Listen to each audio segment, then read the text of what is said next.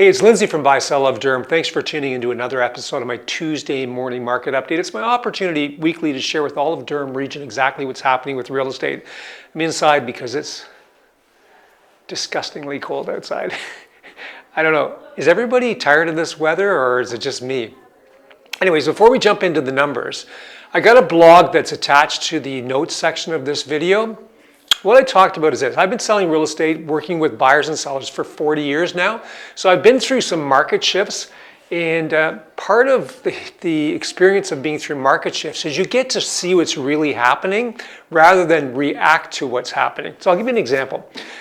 If you look at, if you read anything online or talk to a lot of the agents, they all say we're in a buyer's market. Well, that's not 100% true. So I'm going to give you an idea of what do the different types of markets look like? Like, what does a buyer's market look like?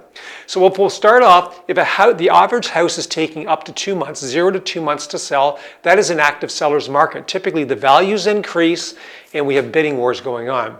If the home takes 2 to 3 months to sell, that becomes a normal seller's market. More words, kind of a little bit, it's not balanced, it's more edged in favor of the seller. But what happens is the seller has a little bit more control, but there's more inventory, which means that there's not as many bidding wars. 2 to 4 months, if it takes to sell a house, that's a balanced market. That's a market where both buyers and both sellers have the equal opportunity to kind of work together.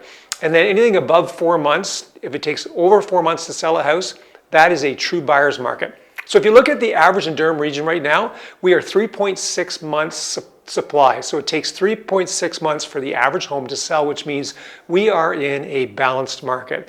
Now, if you dig in and you look at the different price ranges, it tells you a different story. So if you look at, let's say, Whitby around the $1.2 million mark, the average market time is 6 months.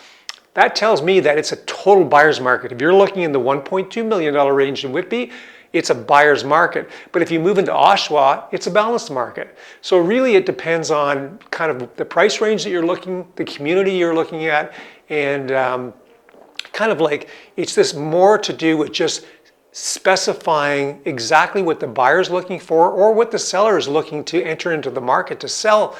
And what that does is it tells you whether or not you're in a buyer's market or seller's market. So it's kind of complicated. That's why you need to reach out to someone with experience to try to determine exactly where you fit into the market. So let's just jump straight into the numbers. Last 7 days, we've had 162 homes come to market. That's up 24 from the week before. That's typical for this time of year. Conditionally sold, we had 58 homes leave the market sold conditional.